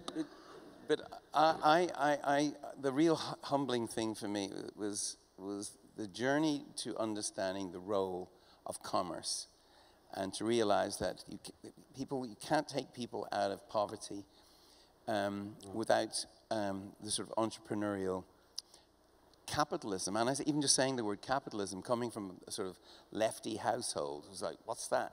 And you know, capitalism is not immoral, but it is amoral, and it requires instruction. We have to tell it what to do. And what I like, yes, it has to serve, yes, not be served. And I learned this on our work with extreme poverty from an amazing character, and I would hope that he would have him here to the Skull Forum if you haven't already, but Mohammed Ibrahim. He, to me, is a clarion voice on the continent of Africa. Yeah. And he didn't come out of the church or out of politics. He's like a science guy. He became a telecom billionaire who just has been really strategic in the way that he gives money at fighting corruption, the Abraham Index, etc. But he challenged me. He said, first of all, he said, what is it with Africa and you? And I said, well, we're Irish. We're kind of African. And we all go back to Africa. Oh, yeah, you are kind of. And we have a few things in common here, you know. And colonialism, for a start, if you're listening. The jackboot of colonialism. 700 years, my dad would say. 700 years. And then he met Princess Diana. He was, oh, lovely to meet you. You're in Canada. And I figured out royalty right there. Mo, as he allows us to call him, has joined our board and is now working with us on this RISE idea.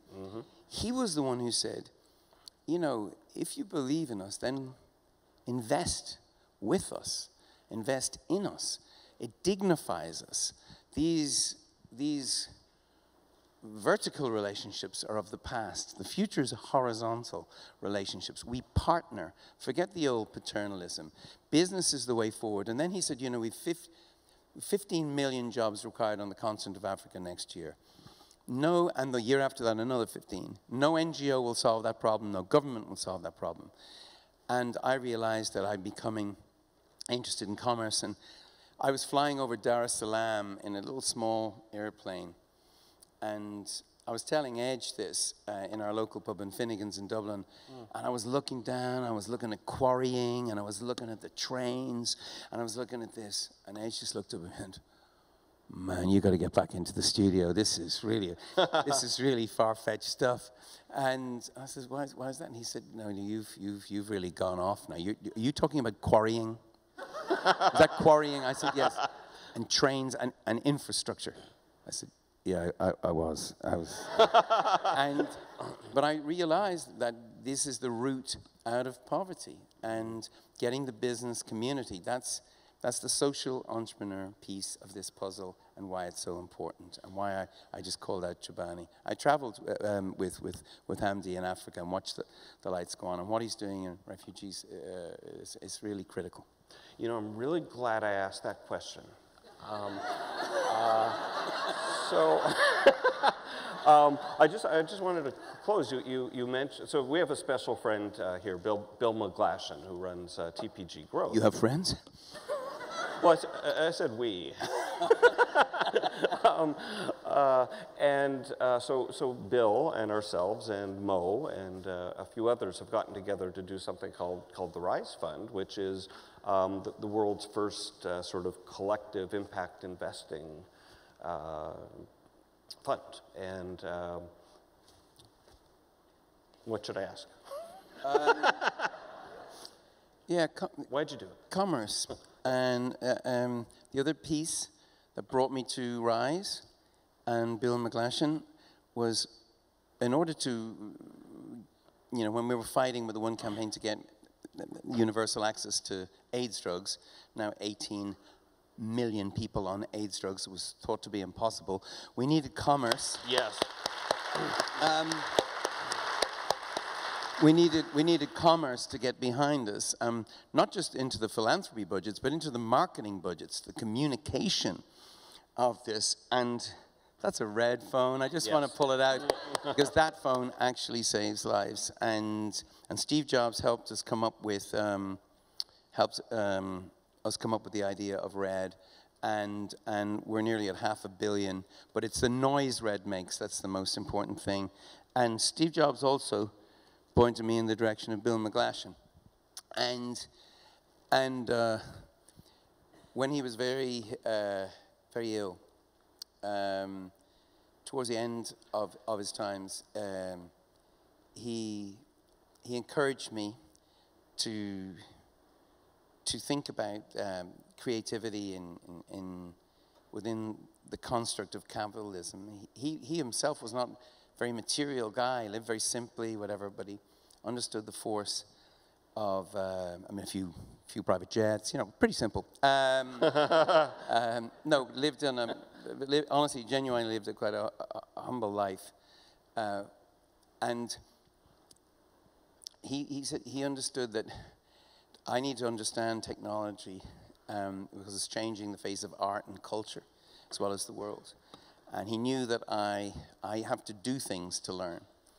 And he wished me to be keeping the kind of company that is Bill McGlashan. And Bill McGlashan's a guy that I met who I felt immediately comfortable in his company. And he worked at TPG, and I asked people about TPG, and people said, oh, they're motherfuckers. They are really badass. And I thought, well, I don't want to be working. And I went, no, I do.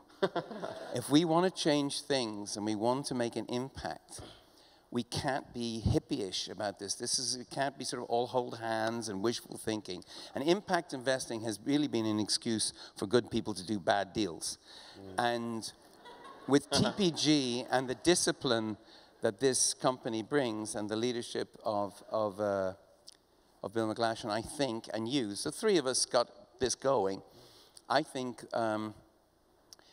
we can really unlock a lot of resources to some of the problems that the world is facing, and I'm learning amazing things like how to count and stuff.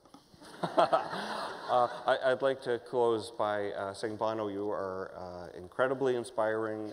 Your brain works in so many different directions, and all for the good of the world. I hope you all have appreciated meeting the real Bono. This is the authentic fellow that I've come to know, and you really are a global treasure. Thank you. Right back at you. Thank you. Thank you so much. Thank you. That's great. Yeah. The Jeff Skull Talk Show. All right. We're going to take the phone. Well,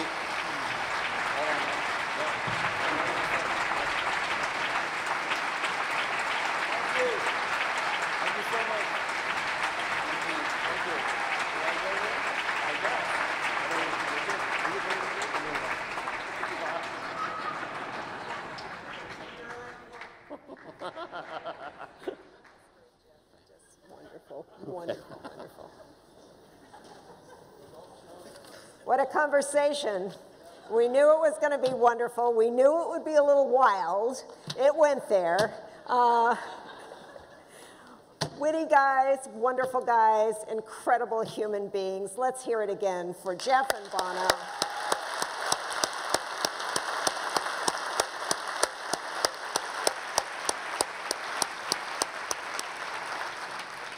You know, back when I was growing up, the story of humanity was pieced together with fossils. Not that I would know anything about that, but today that evidence is supported with DNA analysis.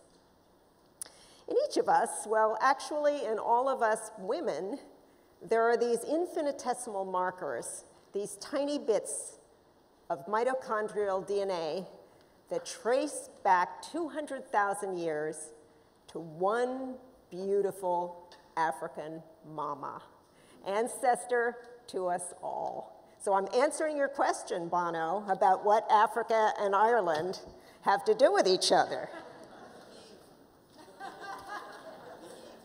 The Eve gene, yes, yes, yes, exactly.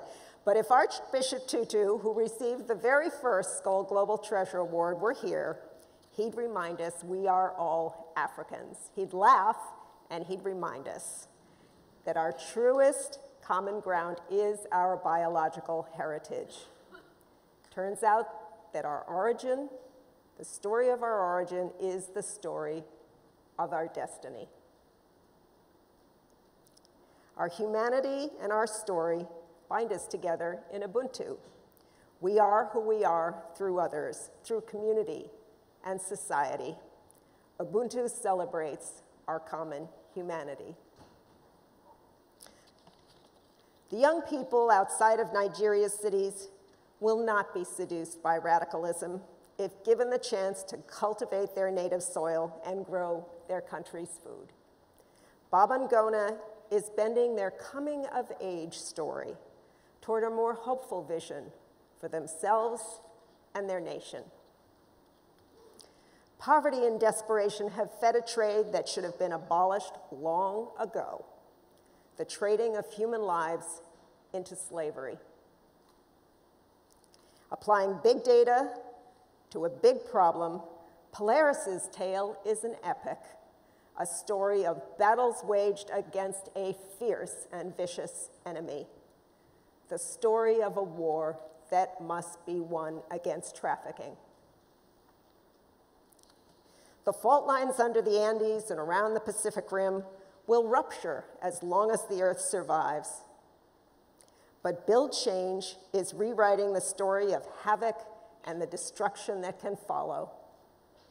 From a tragedy of mass death to survival and the chance to repair and restore. Last Mile Health is telling the page-turning tale of how far medical care can go. Chapter by chapter, those last miles get shorter. The sick receive care, children are vaccinated, and women are provided with what they need to bring healthy babies into the world. And then there is the troubadour story. The ballads and beats, the music and melodies. Bono's story sings of all that we care about. He sings of politics and love, of wounds and hope. He sings us as we are in our brokenness and in our coming together. Tonight, we celebrate with the women and men we've honored, with everyone here, and with all those joining us online all over the world. The story, as those great lyrics go, of how we've got to carry each other. The story of the one we are and the one we will yet become. Thank you.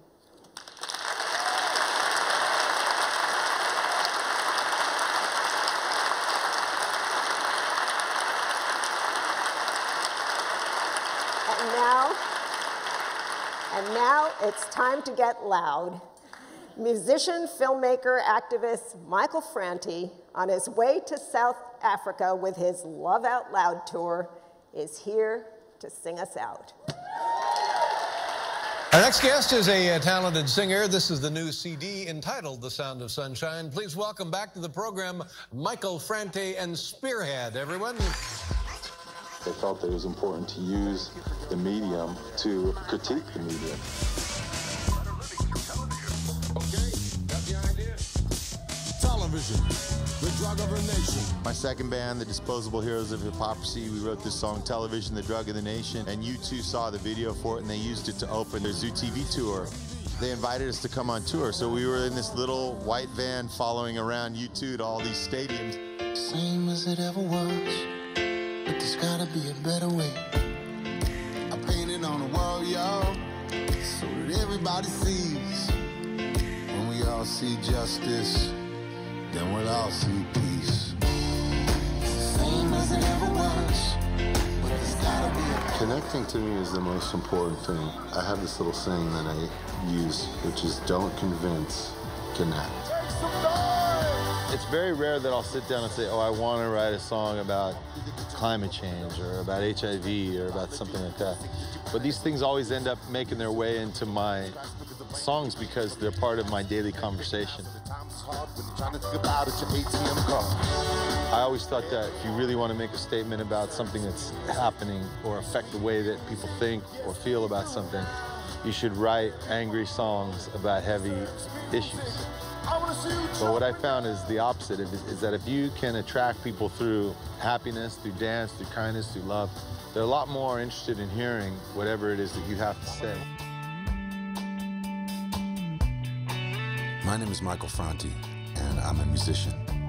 After years of watching and reading about war in the Middle East, I began to grow really frustrated with the news, hearing generals and politicians explaining the economic cost and the political cost of war, without ever talking about the human cost of war. I couldn't imagine what it would be like to live under foreign military rule. So I went to Baghdad, Israel, and into the occupied Palestinian territories of the West Bank and Gaza to hear from the people affected by it most. We all have the responsibility as human beings to try to be as aware as we can as what's happening in the world and to change our part of the world, you know? And so that's what I did. I went there with a guitar. I didn't go there on a peace mission. I went there to sing songs for people on the street because it's what I know how to do. What if this song was #1? Would it mean that love had won? My wife Sarah and I started to do it for the Love Foundation to bring people with advanced stages of life-threatening illness, and children and adults with special needs, and wounded veterans to any live concert of any band that they want to see in North America. That it's good to be alive today. It's good to be alive today. I started going barefoot as a result of playing in countries where kids couldn't afford to own shoes. And I'd play on the street, and I'd take off my shoes in order to sort of walk around in solidarity with these kids. With everything that's happening in the world right now, I feel a renewed sense of purpose as a musician. And I believe that music can help people to find that sense of passion and purpose in their life.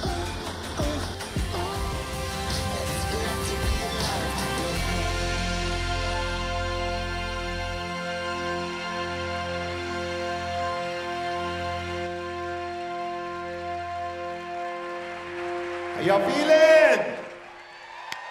I said, how you feeling?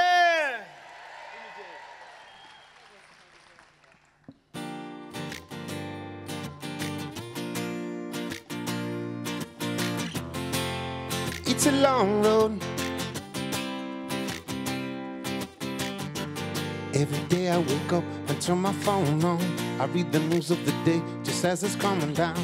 I do my best not to let it get me down. I try to keep my head up, but this is Babylon. This world's in crisis, we try to fight it, this changing climate. With scientists and with politicians divided by so many ways we could solve it, but they will never sign it. This mountain's tumbling down, but still we try to climb it. It's in the Torah, Quran, and in the Bible.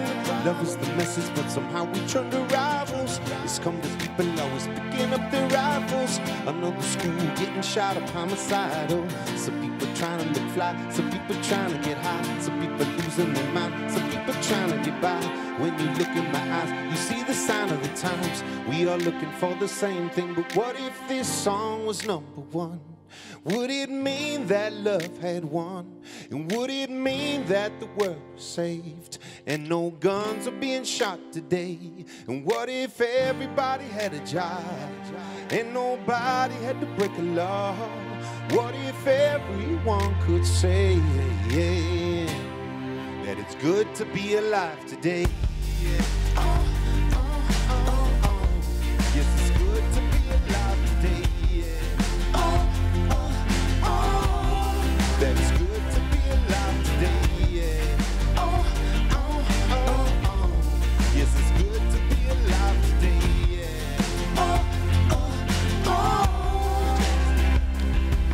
People used to feel safer when they would hear a siren, like it was on its way, but now they only think of violence and all the youth in the streets and police is in a conflict. And now we hear the guns click. Yo, Ebola crisis and ISIS is taking heads off. Jonas bombing the village and now the kids all signing up to be soldiers, but they are willing now to do the killing now. But are you willing now? Some politicians out there making up some problems and trying to tell the people that they can solve them with TV shows, the sound bites and quotes. But everybody knows that it's all about the cash flow. They're telling you and me we're making progress, but tell it to the millions of jobless. It's like a players club with billions of dollars. To get the votes, you got to make it rain in Congress. Some people trying to look fly, some people trying to get high, some people losing their mind, some people trying to get by. When you look in my eyes, you see the sign of the times. We are looking for the same thing, but what if this song was #1? Would it mean that love had won? And would it mean that the world was saved? And no bombs are being dropped today? And what if everybody had a job and nobody had to break a law? What if everyone could say that it's good to be alive today? Yes, it's good to be alive today. That it's good to be alive today. Yes, it's good to be alive today. Put your hands up high, y'all. And we all say, one day, one day, one day, one day, one day, we all will say that it's good to be alive today. One day, one day, one day, one day, one day, we all will say that it's good to be alive today.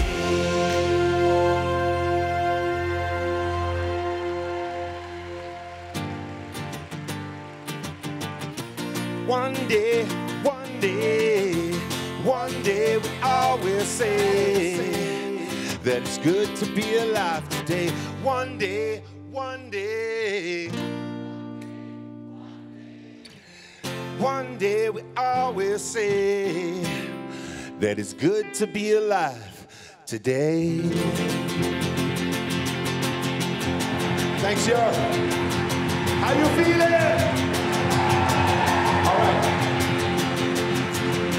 Now lately, truth has lost its mojo. But if you're here at the Skull World Forum, we're here to give truth its mojo back. You know what I'm saying? Put your hands together, y'all.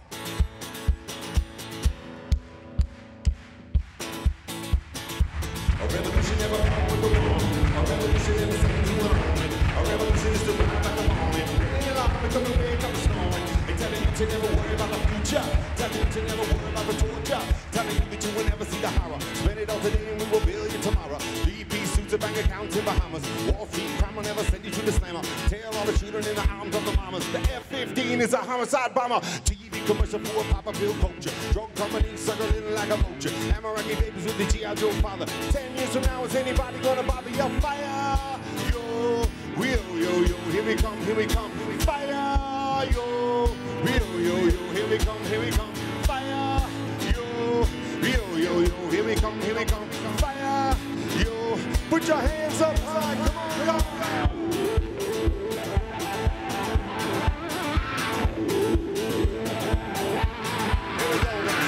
Everyone addicted to the same nicotine. Everyone addicted to the same gasoline. Everyone addicted to a technicolor screen. Everybody trying to get their hands on the same green. From the banks of the river to the banks of the greedy. All of the riches taken back by the needy. We come from a country, come from a city. Play us on a record, you can play us on a CD. All the shit you giving us is fertilizer. The seeds that we planted, you can never brutalize them. Tell the corporation they can never globalize it. Like Peter Tosh said, legalize it. Girls and boys hit the bass and treble. Rumble in the speakers and they make you want to rebel. Throw your hands up, take it to another level. You never ever ever make a deal with the devil. You're fire.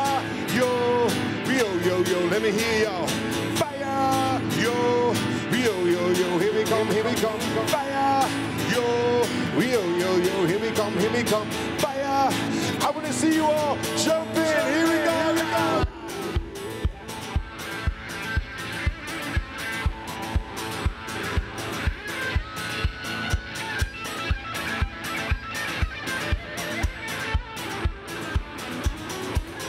Make some noise, yeah, fire, yo, here we come, fire, yo, a revolution will come.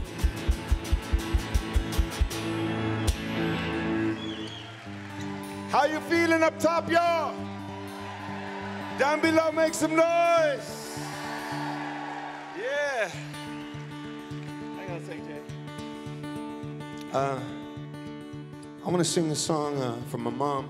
My mom was a very tough lady, and when I was born, I was given up for adoption. And my birth mother is Irish, German, and Belgian, and my birth father is African American and Native American. But I was adopted by the Franti family, who were second-generation immigrants from Finland, and they had 3 kids of their own, and they adopted myself and another African American son. And I grew up in this very, very mixed household. And I have one sister who's a lesbian, and I have one brother who's a police officer. And it's kind of like being in the lobby at the Skull World Forum before the show. But my mom was a school teacher. She taught primary education in the public schools in California for 35 years. And she'd go to school, yeah. She'd go to school every day. She'd teach 30 kids, and she'd come home to us 5 kids, and we'd just be completely shredding the house to pieces. You know? And, but my mom would come home every day, and she told me that her job as a parent was to give us kids wings.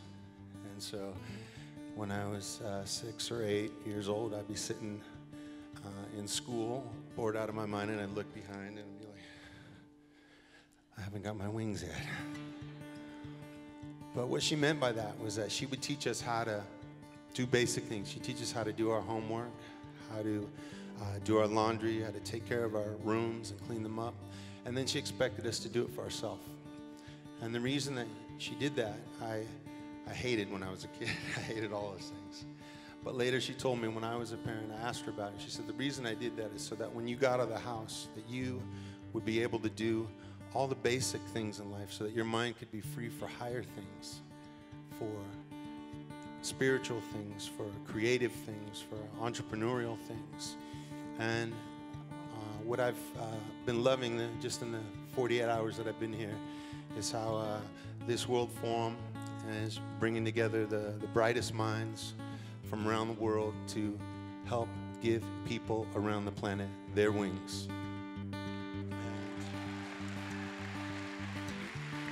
This is a song that I wrote for my son, Cappy. And a few years ago, he left our home in San Francisco and traveled all the way across the country to New York by bus, Greyhound bus.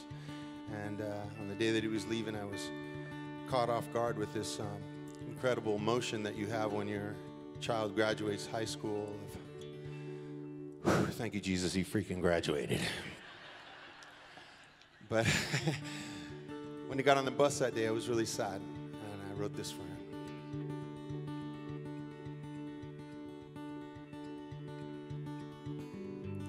Another morning is coming, the sun is high, but I know that today is a day that I might cry, because I know you're going, and I know you're leaving to somewhere. Hope to find the peace of mind you're seeking.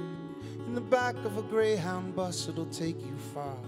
In the back of a Greyhound bus, you can be who you are. So I say, la la la la la la la la la la la la. I got love for you, love for you. Let me hear you sing along. Say, la la la la la la la la la la la la. I got love for you, love for you. We say, la la la la la la la la la la la. I got love for you, love for you. So I'll be waiting, my dear, waiting right here. I'll be waiting, my dear, waiting right here. I'll be waiting, my dear, waiting right here for you. If you came in tonight with somebody you love, put both hands up in the air. Yeah, put them up high, high, high. Now reach them down to the side and grab on to anybody next to you. Put your arm around.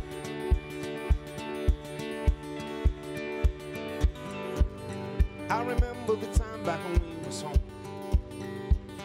In and out, up and down of this life, what a crazy road. It's been a long time that I should have said what I tell you now. That I got faith in you, and I believe in you. So I say, in the dark of the night, in the whole time when you're alone, in the middle of a city where nobody cares to know. In Oxford, at the Skull World Forum, you just shine on now, you just shine on now. And we say, la la la la la la la la la la la la. I got love for you, I got love for you. We say, put your hands up high, y'all. Are you ready? 1, 2, let's see you jumping, come on.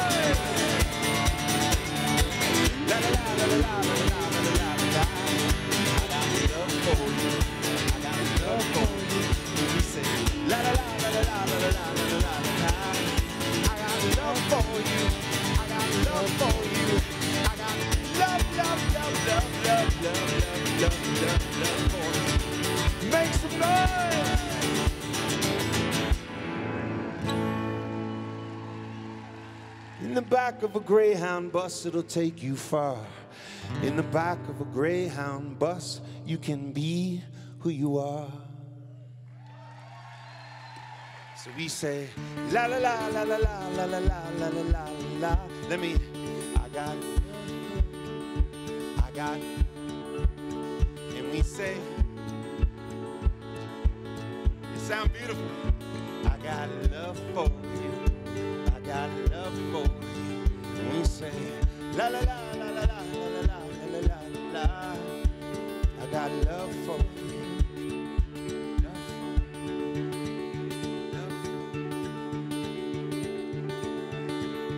I have climbed highest mountains.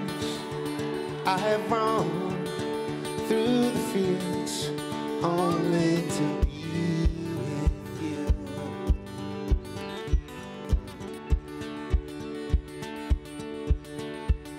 And I believe in the kingdom come when all the colors will bleed into one, bleed into one. Yes, I'm still running. Let me hear singing now.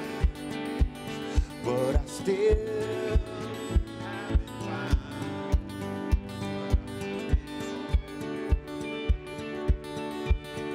But I still have time.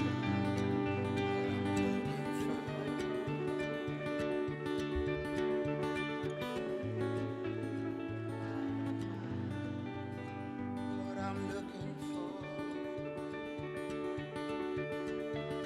And we are gonna be alright. And we are we're gonna be alright. And we are never gonna give up the fight. And we are we're gonna live tonight like there's no tomorrow. We are the afterlife.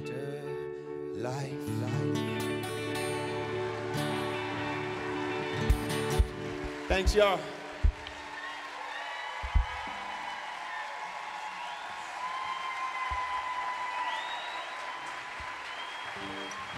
Told you about my first son, Cappy, and I have another son, Ade. And last year, or 2 years ago, Ade went into the doctor when he was 15 and a half for a routine medical checkup. And we found out that he has a rare kidney disease, a chronic kidney disease called FSGS.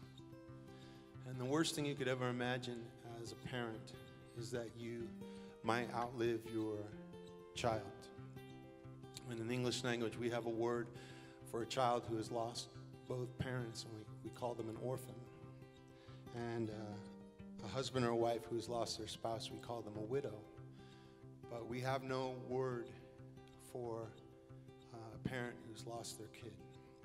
And because it doesn't happen very much, and it shouldn't ever happen. But there we were, stuck with this and facing this disease, and he had already lost 50% of his kidney function by the time we found out. So every day we'd be sitting on our couch and we'd be thinking, how are we going to get through this worst of times?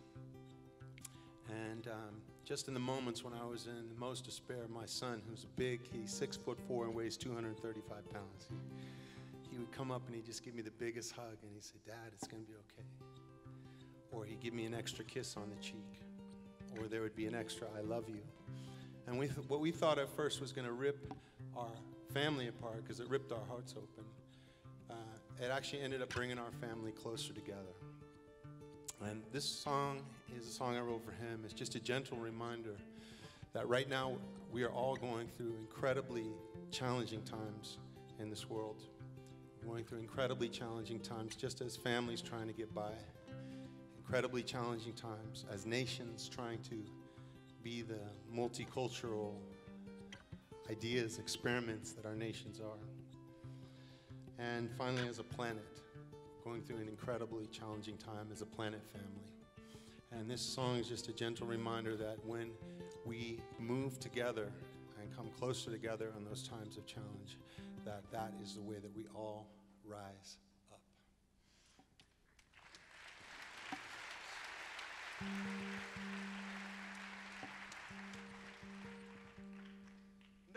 No, you never know what the world is gonna show you.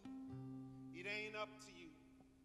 You always think it's gonna happen to another person, and it's never ever gonna happen to you. You got your friends, you got your money, got your family, got your honey, you you've got a million days. And life comes along and knocks you right down to the ground. And that's why I say everybody ought to hug somebody at least once a day. Everybody ought to kiss somebody at least once a day. Everybody's gonna miss somebody at least once a day. And everybody gotta love somebody every day. And we all will rise up, and we all will rise up, and we all will rise up, and we all will rise up, and we all will rise up, and we all will rise up. We're gonna rise up, rise up, rise. I heard the purpose of life is to live a life full of purpose. So don't ever take for granted what the Spirit has given you. In the first verse, you might never get a second verse. This ain't rehearsal, you can't put it in reverse. So just believe in yourself. Don't let nobody be negative tell you what to do. No, cause I know in this sweet, sweet life that just this much is true. Hey, yeah. Everybody ought to hug somebody at least once a day. Everybody ought to kiss somebody at least once a day. Everybody's gonna miss somebody at least once a day. And everybody gotta love somebody. Put your hands together, y'all. And we all will rise up. And we all will rise up. We all will rise up. We all will rise up. We all will rise up. We all will rise up. We gonna rise up, rise up, rise. So don't you worry what nobody say. Hold your head up and be on your way. It doesn't matter if you fall today. You just get up, get up, get up now. We rise up, we rise up, we rise. Let me hear you. We rise up, we rise up, we rise. Because everybody ought to hug somebody at least once a day. Go ahead and hug somebody. Everybody ought to kiss somebody at least once a day. Everybody's gonna miss somebody at least once a day. And everybody gotta love somebody. Put your hands up high, y'all. And we all will rise up. We all will rise up.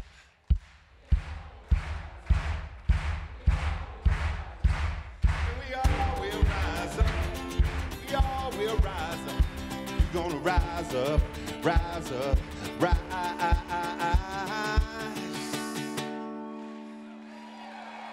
I heard the purpose of life is to live a life full of purpose.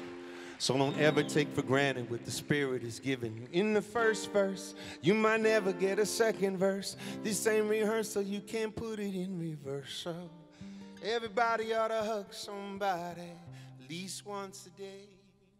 And everybody ought to kiss somebody at least once a day.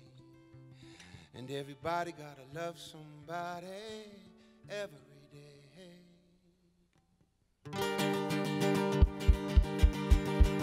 Thanks, y'all.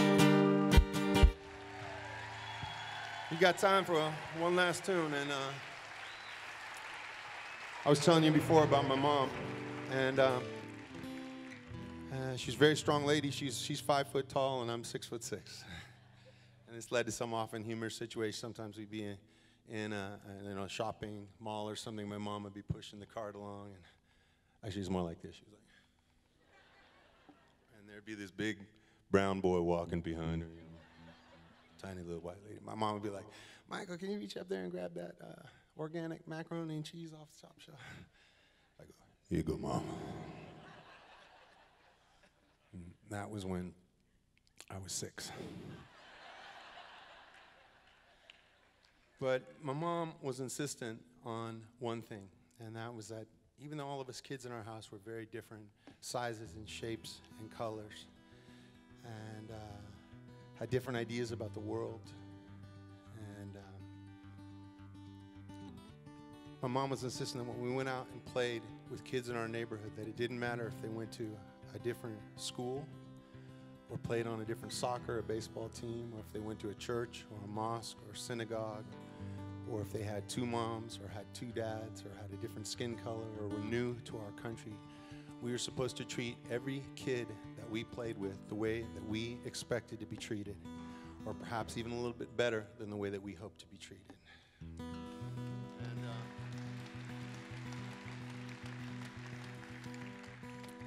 This is a song that's about that, about how all of us have different ways to find peace in our lives.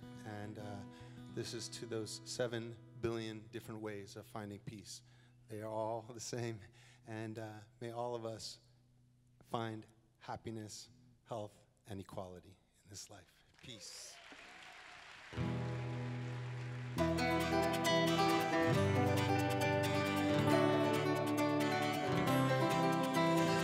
My Lord, my Lord, my Lord, my Lord, show me all the things I need to know. My Lord, my Lord, my Lord, my Lord, take me to the place I need to go. When I was born, I was alone. I spent the rest of my life finding my way home. I chose the long road, but it walked on me instead. I saw a sign there, and this is what it said. We all get the time we're given. Mine ain't over, so I keep on living. We all get the life we're living.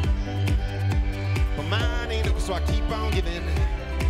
Till the day I die, my Lord, my Lord, my Lord, my Lord, show me all the things I need to know.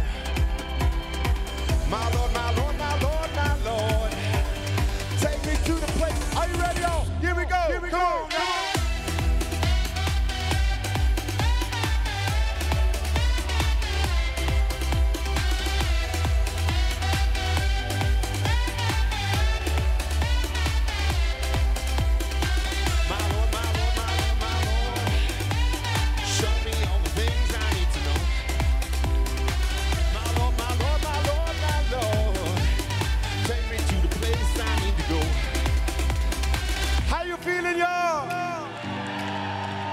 Take me to the place I need to go. Put your hands together now.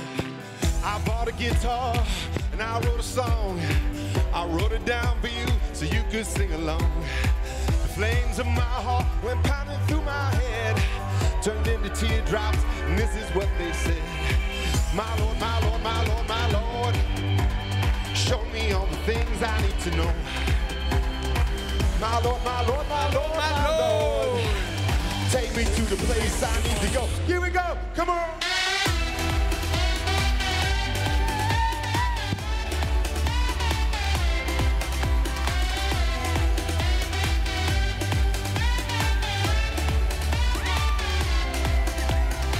My Lord, my Lord, my Lord, my Lord, show me all the things I need to know.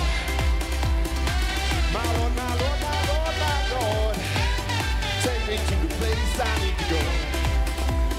Take me to the place I need to go. Lord, show me to the place I need to go. Take me to the place I need. Take me to the place I need. Take me to the place I need to go. We all get the time we're given, but mine ain't over, so I keep on living. We all get the life we're living. Are you ready? I want to see everybody from the bottom to the top jumping. Here we go. Here we go. My Lord, my Lord, my Lord, my Lord, show me all the things I need to know. My Lord, my Lord, my Lord, my Lord, take me to the place I need to go. Take me to the place I need to go. Take me to the place I need to go. Take me to the place I need. Take me to the place I need. Take me to the place I need. Put your hands together, y'all.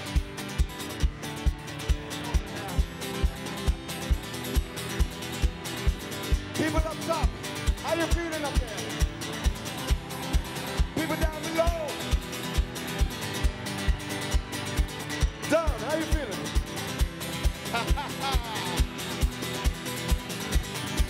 Jeff, come up here. Come on up here, Jeff. Grab that microphone.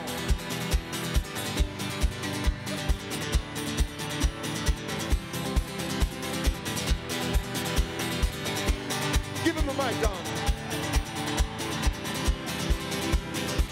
My Lord, my Lord, my Lord, my Lord, show me all things I need to know. Bono, come on up here. My Lord, my Lord, my Lord, my Lord. Take me to the place I will. Get up here. Don, get up here.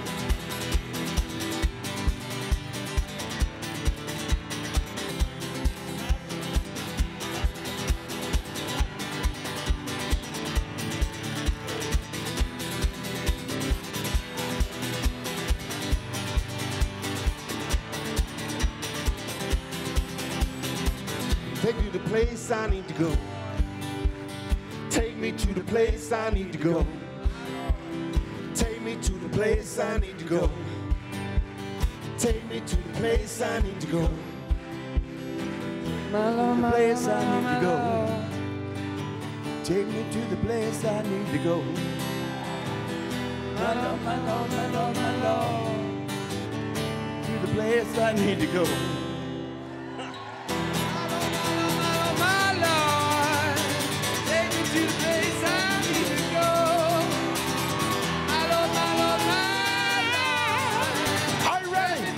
See you all. Jump in. Here we go. Come on, y'all.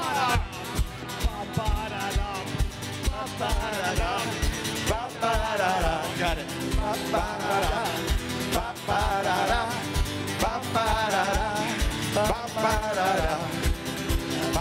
My Lord, my Lord, my Lord, my Lord. Show me all the things I need to know. We all get the time we're given. But mine ain't over, so I keep on living. We all get the life we're given. But ours ain't over, so we'll keep on giving. Awardees, come on up here.